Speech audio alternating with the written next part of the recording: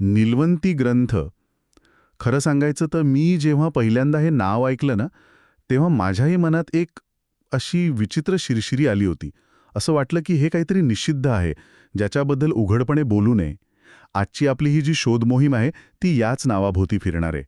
कारण या एका नावामागे दोन म्हणजे पूर्णपणे वेगळ्या कथा लपलेल्या आहेत. हं, एक आहे भयंकर शापित दंतकथा हं. आणि दुसरं आहे एक प्रतिष्ठित साहित्य. आज आपलं काम आहे या दोन्हीतला फरक आणि सत्य शोधून काढण्याचं. आणि हे काम खूप रंजक आहे, कारण या एका नावावरून आपल्याला कळतं की मानवी मनात एकाच वेळी भीती आणि कुतूहल, विज्ञान आणि अंधश्रद्धा या गोष्टी कशा एकत्र नांदू शकतात. बरोबर. एका बाजूला आहे इंटरनेटवर फिरणारी एक गूढ कथा, जी वाचणाऱ्याला वेड लावते किंवा त्याचा जीव घेते. आणि दुसऱ्या बाजूला आहे निसर्गावर प्रेम करायला शिकवणारं एक पुस्तक. अगदी.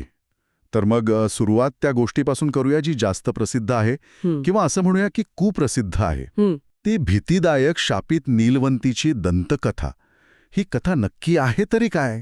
ही दंतकथा म्हणजे जणू एखाद्या हॉरर फिल्मची पट्टकथाच आहे. या कथेनुसार खूप वर्षांपूर्वी सह्याद्रीच्या घनदाट जंगलात नीलवंती नावाची एक स्त्री राहायची. अच्छा. काही लोक तिला यक्षिणी म्हणतात, तर काही जण तिला गूढ शक्ती असलेली आदिवासी स्त्री मानतात. तिच्याकडे एक अद्भुत शक्ती होती. ती पशुपक्ष्यांची भाषा समजू शकत होती, त्यांच्याशी बोलू शकत होती. प्राण्यांशी बोलण्याची कल्पनाच किती किती आकर्षक आहे. पण गोष्ट फक्त इतकीच नाहीये, बरोबर? या दंतकथेला पुढे खूप भयंकर वळणं मिळतात. अगदी असं मानलं जातं की नीलवंतीने तिचं हे सगळं ज्ञान एका ग्रंथात लिहून ठेवलं. आणि इथेच गोष्टीला गूढ वळण मिळतं. कारण त्या ग्रंथात फक्त प्राण्यांशी बोलण्याचं रहस्य नाहीये, त्यामध्ये जादूटोणा म्हणजे ज्याला आपण ब्लॅक मॅजिक म्हणतो ते करण्याचे मार्ग आहेत, गुप्त खजिने शोधण्याच्या पद्धती आहेत आणि अलौकिक शक्ती मिळवण्याचे मंत्र आहेत. एक मिनिट. प्राण्यांशी बोलणं हे एक वेळ समजू शकतो, म्हणजे निसर्गाशी जवळीक म्हणून. पण त्यात थेट जादूटोणा आणि गुप्त खजिना कुठून आला? हे दोन्ही विषय तर पूर्णपणे वेगळे वाटतात. असं का झालं असेल? खूप छान मुद्दा आहे हा. इथेच आपल्याला लोककथा कशा तयार होतात हे समजतं. प्राण्यांशी बोलणं हे निसर्गाशी संबंधित एक गूढ आहे. पण जेव्हा त्यात जादूटोणा आणि खजिना या गोष्टी जोडल्या जातात, तेव्हा ती कथा जास्त आकर्षक बनते. बरोबर. ती माणसाच्या दोन मूलभूत इच्छांना हात घालते.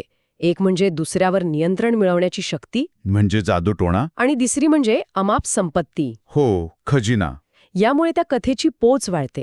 ती फक्त निसर्गप्रेमींसाठी न राहता प्रत्येकाला हवीहवीशी वाटणारी गोष्ट बनते. म्हणजे हे एक प्रकारे काय म्हणतात त्याला, मार्केटिंग गिमिक आहे, पण लोककथेच्या स्वरूपात. आणि मग येतो या कथेचा सर्वात भीतीदायक भाग, तो म्हणजे शाप. हो, कथेनुसार हे ज्ञान इतकं शक्तिशाली आहे की ते सामान्य माणसाला पेलवत नाही. त्यामुळे या ग्रंथाला एक शाप जोडलेला आहे. अच्छा. जो कोणी हा ग्रंथ पूर्ण वाचेल तो एकतर वेडा होईल किंवा त्याचा रहस्यमयरित्या मृत्यू होईल. बापरे. हा शाप म्हणजे एक प्रकारची धोक्याची सूचना आहे, जी लोकांना त्यापासून दूर ठेवते आणि त्याच वेळी त्याबद्दलची उत्सुकता आणखी वाढवते. अगदी. आणि ह्या कल्पनेला अजून विश्वासार्ह बनवण्यासाठी सरकारी बंदीची अफवा पसरवली गेली आहे. ही गोष्ट मला खूपच रंजक वाटते. कारण सरकारने बंदी घातली असं म्हटल्यावर लोकांना वाटतं की यात नक्कीच काहीतरी तथ्य असणार. पण याबद्दल काही पुरावा आहे का? तुम्ही बरोबर पकडले. सरकारी बंदीची कल्पना ही या दंतकथेला मिळालेला एक मास्टरस्ट्रोक आहे. यामुळे एका सामान्य लोककथेला राष्ट्रीय सुरक्षेचा दर्जा मिळतो.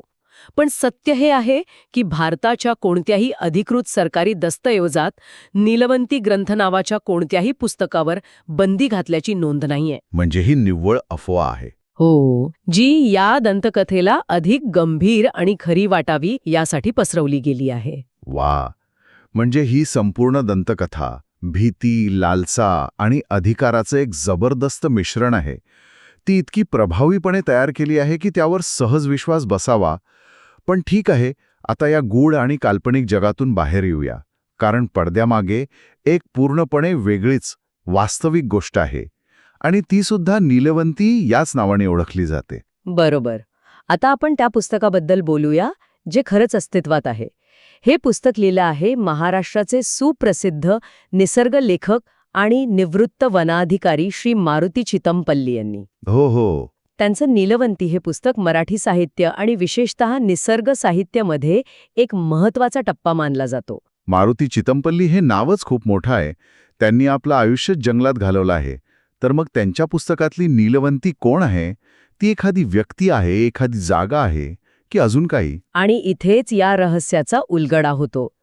चितमपल्लींच्या पुस्तकातली नीलवंती ही कोणतीही शापित स्त्री किंवा यक्षिणी नाही. अच्छा, मग कोण आहे? ते एका सुंदर पक्ष्याचं नाव आहे. काय सांगताय? एक पक्षी? हो, इंग्रजीत त्याला ब्लू विंग्ड लीफ बर्ड म्हणतात आणि मराठीत पाणलावा. चितमपल्लींनी त्या पक्षाच्या निरीक्षणावरून आणि जंगलातील इतर अनुभवांवरून या पुस्तकाला हे काव्यात्मक नाव दिलं आहे. एक पक्षी? म्हणजे ज्या नावाने लोक इतके घाबरतात ते नाव एका सुंदर पक्षाचं आहे. हा तर खूप मोठा ट्विस्ट आहे. मग हे पुस्तक नक्की कशाबद्दल आहे? हे पुस्तक म्हणजे चितमपल्लींची जंगल डायरी आहे. एक प्रकारे त्यांचं आत्मचरित्र. त्यांनी एक वनाधिकारी म्हणून नोकरी करताना जंगलात घालवलेले दिवस, आलेले अनुभव, प्राण्यांच्या आणि पक्ष्यांच्या वर्तनाचं सूक्ष्म निरीक्षण, त्यांचे आवाज, जंगलातले वेगवेगळे ऋतू, या सगळ्याचं अतिशय संवेदनशीलतेने केलेलं वर्णन आहे. हे पुस्तक तुम्हाला निसर्गाच्या जवळ घेऊन जातं. मला वाटतं या दोन कथांमधला फरक अधिक स्पष्ट करण्यासाठी त्यांच्या पुस्तकातला एखादा छोटा उतारा खूप मदत करेल. गेल्याचा आवाज येतो. रातकिड्यांची किरकिर तर 5वीला पुजलेली. अशा वेळी एखादं हरिण जेव्हा पाण्यावर येतं तेव्हा त्याच्या पावलांचा आवाजही ऐकू येतो. हीच तर जंगलाची भाषा आहे. ती समजायला कान आणि मन दोन्ही तयार असावं लागतं. वाह, हे ऐकूनच किती शांत वाटतंय. कुठे दंतकथेतील भीती आणि कुठे हे निसर्गाशी एकरूप होणं. बरोबर. दंतकथा निसर्गावर अधिकार मिळवण्याबद्दल बोलते, तर चितमपल्ली यांचं पुस्तक निसर्गाचा आदर करण्याबद्दल बोलतं. जमीन आसमानाचा फरक आहे. अगदी. दंतकथेतील ज्ञान तुम्हाला जगापासून तोडतं, तुम्हाला वेडं बनवतं. तर चितमपल्लींच्या पुस्तकातून मिळणारं ज्ञान तुम्हाला जगाशी, निसर्गाशी जोडतं, तुम्हाला अधिक शहाणा आणि संवेदनशील बनवतं. तर मग इतक्या दोन वेगळ्या गोष्टी एकाच नावात कशा काय अडकल्या? या गोंधळाची सुरुवात कशी झाली? आणि आजच्या काळात, विशेषतः इंटरनेटच्या युगात, याचं स्वरूप कसं बदललं आहे? ना शापित ग्रंथाबद्दल कळतं तेव्हा ते तो मिळवण्यासाठी इंटरनेटवर शोधायला लागतात. आणि शोधल्यावर त्यांना सहज उपलब्ध असणारं पुस्तक मिळतं, ते मारुती चितमपल्ली यांचं नीलवंती.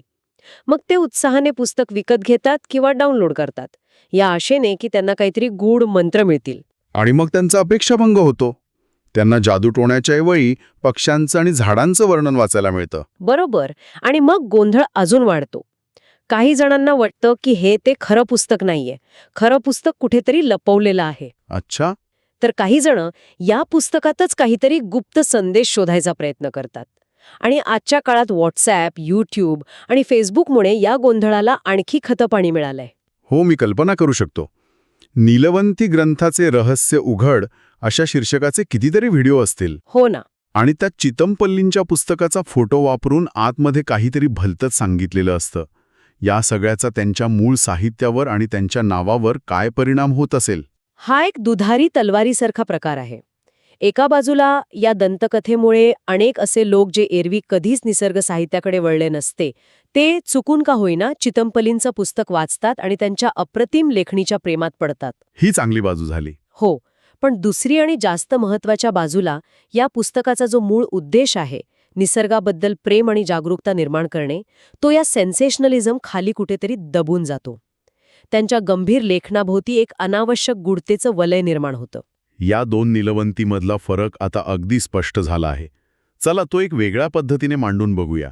समजा आपण एक विरुद्ध एक अशी तुलना केली, तर दंतकथेतील ग्रंथाची शैली अलौकिक, भयपट किंवा गूढकथा म्हणजे सुपरनॅचरल हॉरर, आणि चितमपल्लींच्या पुस्तकाची ललित निसर्ग साहित्य, नेचर लिटरेचर. दंतकथेचा उद्देश शक्ती आणि संपत्ती मिळवणे, निसर्गावर ताबा मिळवणे, आणि खऱ्या पुस्तकाचा उद्देश निसर्गाबद्दल ज्ञान आणि सहानुभूती मिळवणे, निसर्गाशी एकरूप होणे. दंतकथा वाचल्याचा परिणाम वेडेपणा किंवा मृत्यू, आणि खरं पुस्तक वाचल्याचा परिणाम शहाणपण आणि निसर्गाबद्दलची वाढलेली संवेदनशीलता. ही तुलनाच सगळं काही सांगून जाते. एक विनाशाकडे नेते तर दुसरी समजूतदारपणाकडे. मग आज इंटरनेटवर ज्या शापित नीलवंतीच्या PDF मिळतात त्या काय आहेत? त्या बहुतांशी बनावट आहेत. बनावट. हो, लोकांची उत्सुकता बघून कुणीतरी कुठले तरी जुने मंत्र, काही असंबंध माहिती एकत्र करून त्याला तोच हा शापित ग्रंथ असं नाव देऊन पसरवलेलं असतं. त्याचा मूळ दंतकथेशी किंवा चितमपल्लींच्या पुस्तकाशी काहीही संबंध नसतो. म्हणजे तो फक्त एक इंटरनेटवरचा प्रँक आहे. अगदी. म्हणजे आजच्या चर्चेतून हे स्पष्ट झालं की नीलवंती ग्रंथ हे एक प्रतीक आहे. ते दाखवतं की कसं एका खऱ्या, सुंदर कलाकृतीभोवती गैरसमज, अफवा आणि लोककथांचं जाळं विणलं जाऊ शकतं. बरोबर. आणि हे प्रकरण आपल्याला आपल्याबद्दलच खूप काही सांगून जातं. आपल्या मनात एकीकडे चितमपल्लींसारखं निसर्गावर प्रेम करणारं, तर्कशुद्ध विचार करणारं मन आहे, तर दुसरीकडे अज्ञात शक्ती, गुप्त ज्ञान आणि शॉर्टकटने मिळणारे यश ह्याबद्दलचं आकर्षणही आहे. नीलवंतीच्या निमित्ताने हे दोन्ही प्रवाह एकत्र आले आहेत. या सगळ्या माहितीनंतर एक प्रश्न मनात येतोच. आज आपल्याकडे गुगल आहे, विज्ञान आहे, माहितीचा प्रचंड साठा सहज उपलब्ध आहे. असं असतानाही लोकांना खऱ्या वैज्ञानिक माहितीपेक्षा अशा गूढ, निषिद्ध आणि शापित गोष्टींचं आकर्षण जास्त का वाटतं? मला वाटतं याचं उत्तर प्रयत्नांमध्ये दडलं आहे. सत्य आणि ज्ञान मिळवण्यासाठी वेळ, संयम आणि अभ्यास लागतो, जसं चितमपल्लींनी त्यांचं आयुष्य जंगलात घालवलं. बरोबर. पण दंतकथा तुम्हाला एका रात्रीत सर्व शक्तिमान बनवण्याचं खोटं आश्वासन देते. आणि हे आश्वासन, मग ते कितीही खोटं असलं तरी खूप आकर्षक असतं.